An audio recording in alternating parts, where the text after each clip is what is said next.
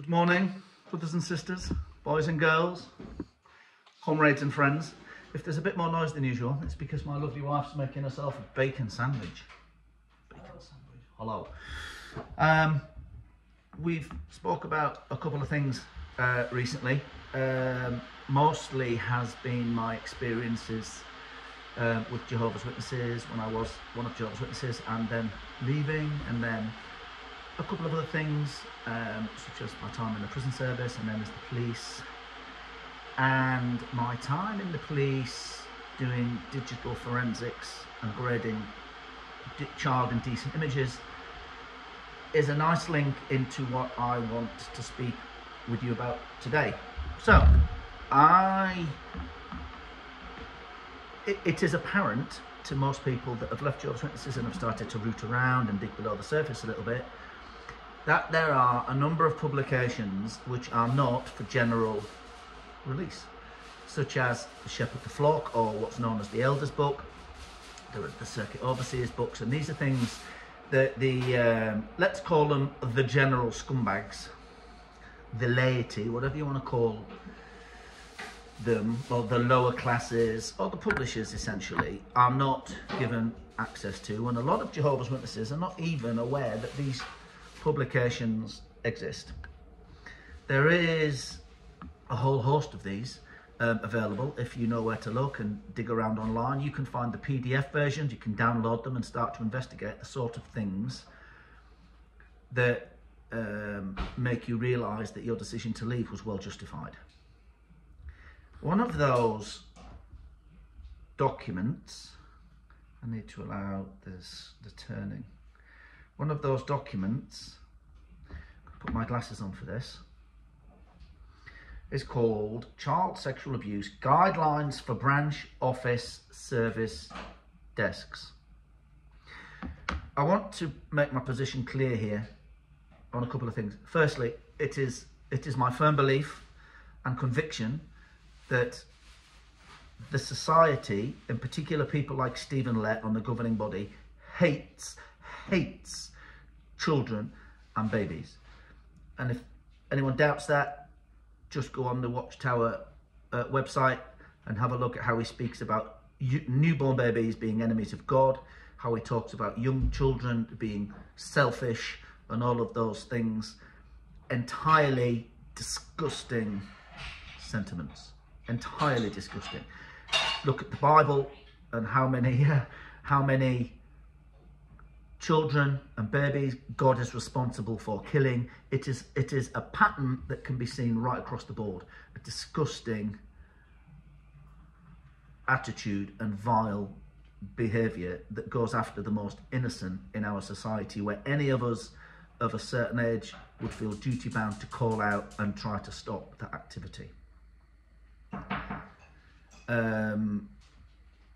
What we have on this particular document is the actions that should be taken when reports of child sexual abuse are received.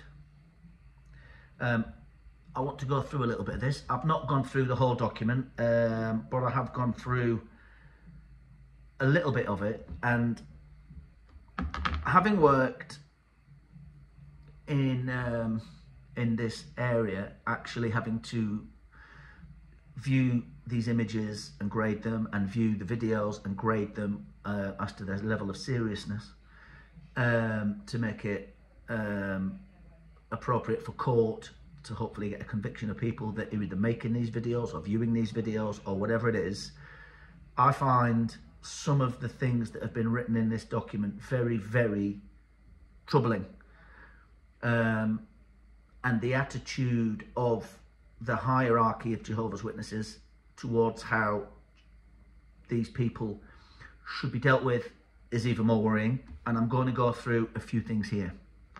I want to say at the outset, anybody watching this, if you have any doubt as to how you should deal with this, if you suspect that somebody is engaging in this activity, whether they are actually making these videos or these photos, or they're downloading and watching them, or they are actually engaged in the physical act, you don't have to do anything, but there are consequences to doing nothing.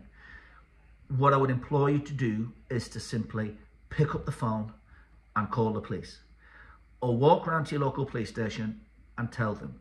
It is not a matter for anybody other than the authorities to deal with. It is not something that should be dealt with in the way that this document spells out. So I'm going to go a few things. So I'm going to don my glasses. I can't wait for all the negative comments about this video, because this is a video I was hoping this is going to be a little bit of a takedown of how Jehovah's Witnesses are dealing with child sexual abuse. If you start to put negative comments on this, it is quite clearly obvious what sort of a person you are and the things you engage in. So we'll be looking out for that. So the very first paragraph, I'll read this to you. Number 1, these guidelines assist service desks to provide the direction to the elders. A printed copy of this document should be made available to the following elders, each branch, and blah, blah, blah.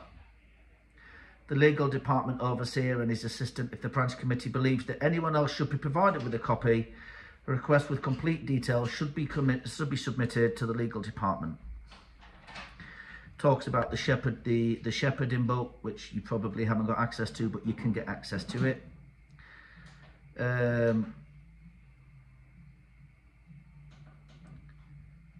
does actually talk about, since congregation or elders are spiritual shepherds, service desks should remind them of the importance of being empathetic and compassionate with dealing with the victims of child sexual abuse and their families.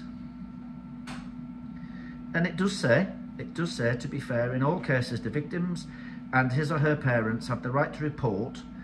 They have the right to report an allegation to the secular authorities. The victim and the family may need assistance, etc.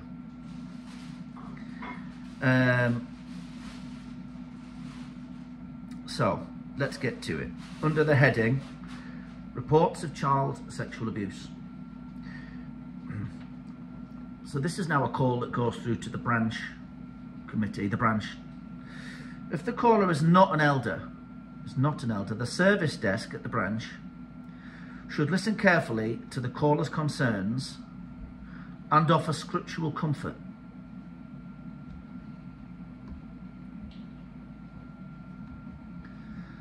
This is especially important when the caller is emotionally distressed.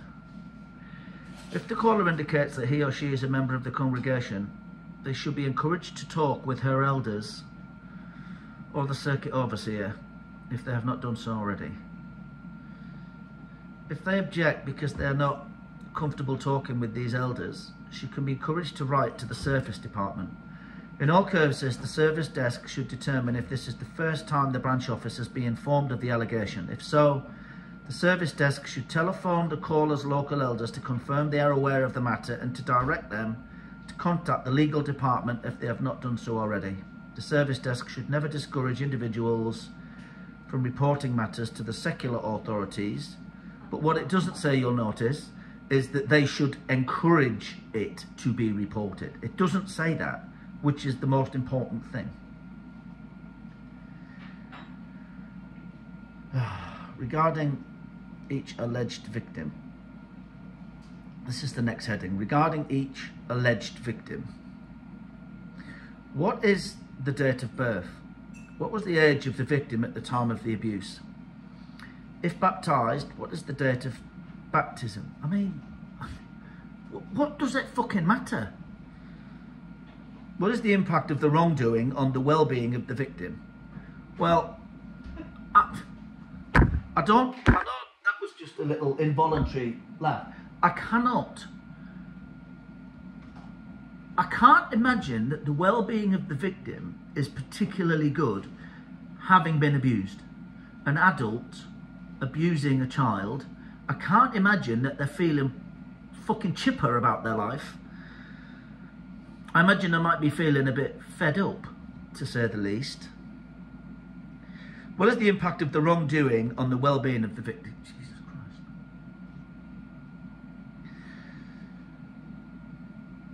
If the victim is a minor, are the parents aware? What is the impact on the family of the victim and others who may be aware of what occurred? Well, can you imagine? You can't make this up, can you? It's almost as if somebody's had a frontal lobotomy and been asked to write this document. What is the impact on the family if they're aware that their child has been abused by somebody in the congregation?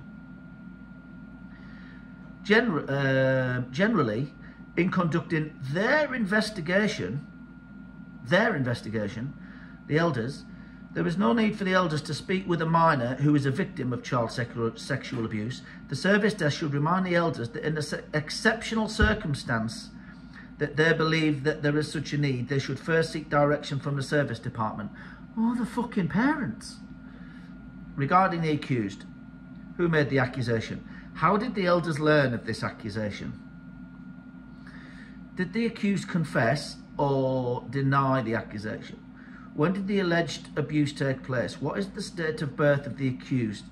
What was his age at the time of the alleged abuse? If baptised, what was the baptism date? You just can't make it up, can you? If baptised, was he dealt with judicially, and what was the outcome? Describe what took place. Was it a single incident? Was it repeated? What were the circumstances? Was he serving as a pioneer, a ministerial servant, or an elder at the time of the alleged abuse?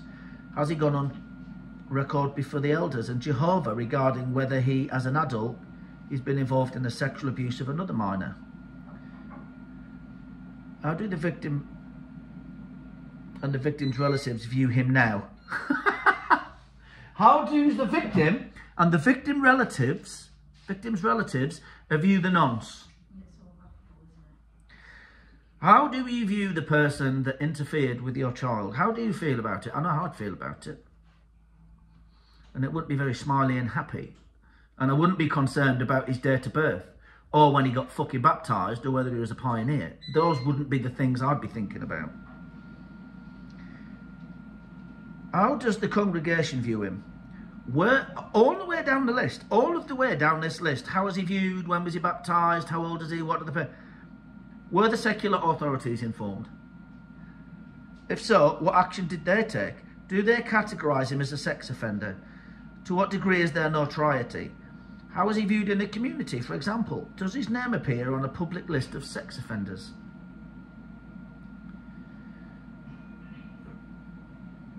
The service desk may perceive that there is a valid... I shit you not, I'm reading this directly. I'm reading this directly from this document. The service desk may perceive that there is a valid reason for the elders to report the matter to the secular authorities, even if there is no legal obligation to do so.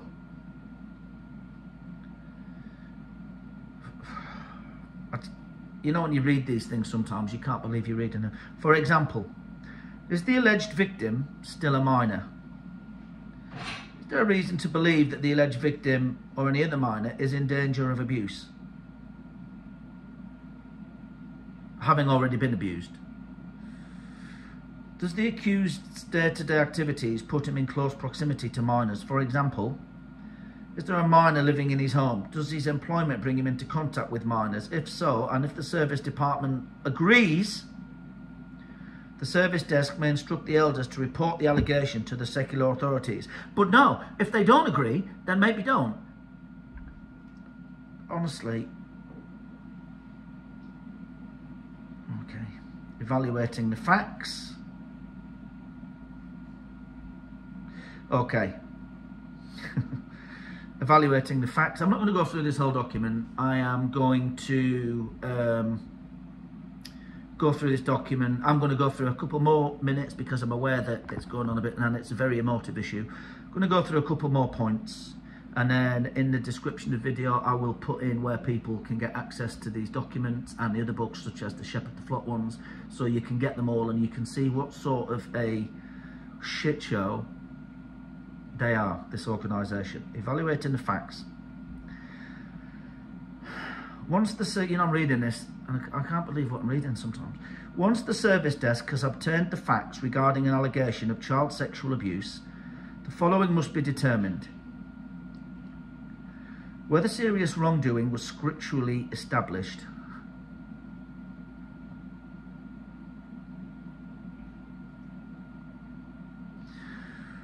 Whether serious wrongdoing,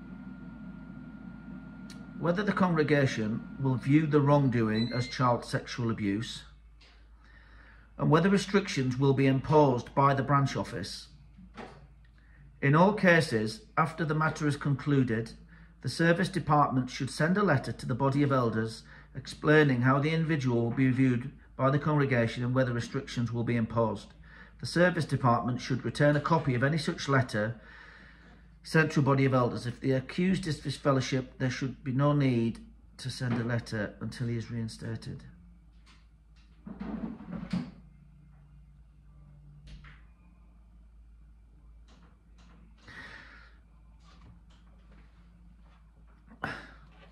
For an accusation of serious wrongdoing to be established from a scriptural standpoint, I'll read that again in case anyone thought I was making that up. For an accusation of serious wrongdoing to be established from a scriptural standpoint, there must be sufficient scriptural evidence, either a confession of testimony from two credible witnesses. This is the two-witness rule again. In my time in the prison service, having had to have a lot of dealings with paedophiles and people that have abused children and locking them up, and in my time having to deal with them when I was in the police doing digital forensics, looking at these things, one thing I can tell you is that paedophiles very, very rarely tell other people to come and watch what they're doing. It doesn't happen.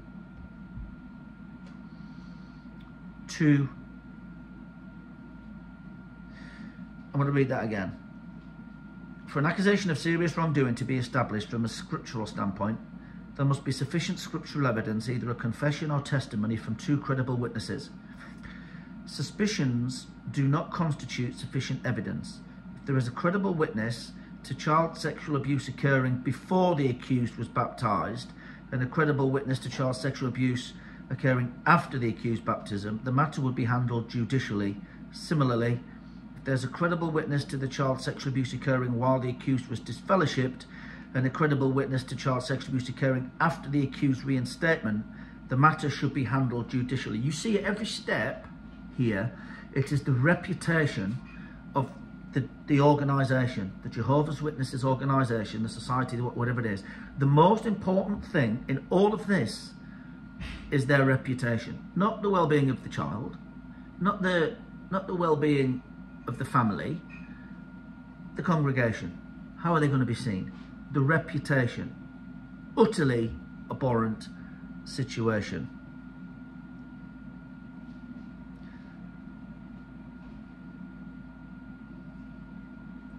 Okay, this is child sexual abuse from a congregation standpoint, and then under that a subheading, sexual misconduct involving only minors, talking about two young children, two young people engaging in it. Age of the adult and the minor. The service, right? This was one of the bits that I did read last night. That I did beat, dealing with child pornography.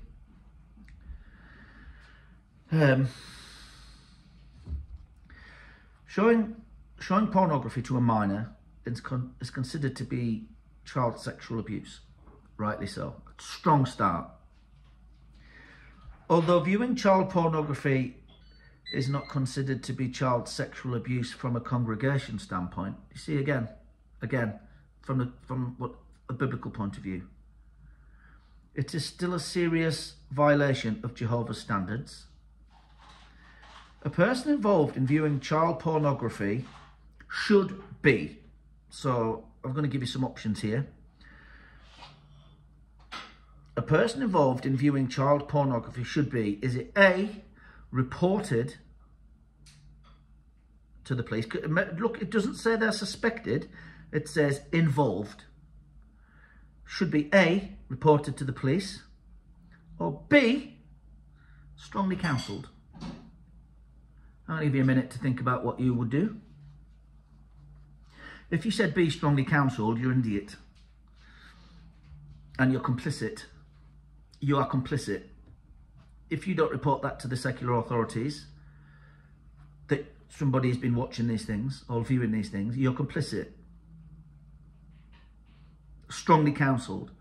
Don't do that because God doesn't like it. Well, how about don't do that because it's illegal? Don't do that because, well, actually, it's too late. You're going to prison, you scumbag. A person involved in viewing child pornography should be strongly counselled depending on the frequency and the... I can't believe it. It's worse than when I read it last night. It somehow seems worse. Depending on the frequency and the extent of his viewing, he should be subject to congregation judicial action. In such cases, the service department may decide that branch imposed restrictions are warranted. Well, that's okay. That's okay, because all he was doing was watching child pornography, so we can get the branch to put some restrictions on him. Unbelievable. So anyway, I'm going to make this document available to everybody so you can have a read through it, and you can then make up your mind a little bit further as to how far down the slippery slope this organisation has gone. But anyway, it's not particularly a long one today, 21 minutes. It's going to be really emotive. I have really strong feelings about this one, perhaps a little bit more animated than I would normally be on these videos, because it's such a strong, it's such a problematic area in how they try to cover themselves and protect themselves before they protect these children that are being harmed and damaged. It's appalling. But anyway, I hope you haven't enjoyed this video. I hope it may have triggered some of you. I hope it may have put some of you in a position to be more active in seeking out the nonsense and the bile that this organisation spews and how it damages people. If you're on the cusp of leaving and you've watched this video, I hope at the very least it's given you a bit more food for thought. It's giving you something else to think about, because to not, in the very first instance, report this to the police and the authorities is an absolute dereliction of your humanity. To think that the reputation of a church is more important than the health and well-being of that child and other children potentially makes you an appalling human being. So please bear in mind, oh, thank you, darling, a cup of tea. So please bear in mind, first and foremost, it's the well-being of the child, the well-being of the family, and the well-being of children outside of the organisation who may be put at risk. Because remember, if it's not reported to the authorities, they're free to do it to people outside of this congregation. But anyway, I'll catch you next time. Hopefully talking about disfellowshipping and shunning next time, I think. Again, like I said, I'll make this available and you guys can make your own mind up. Comments below and I'll make this document available. But anyway, I hope you all have a fantastic weekend and I will catch you soon. See you later.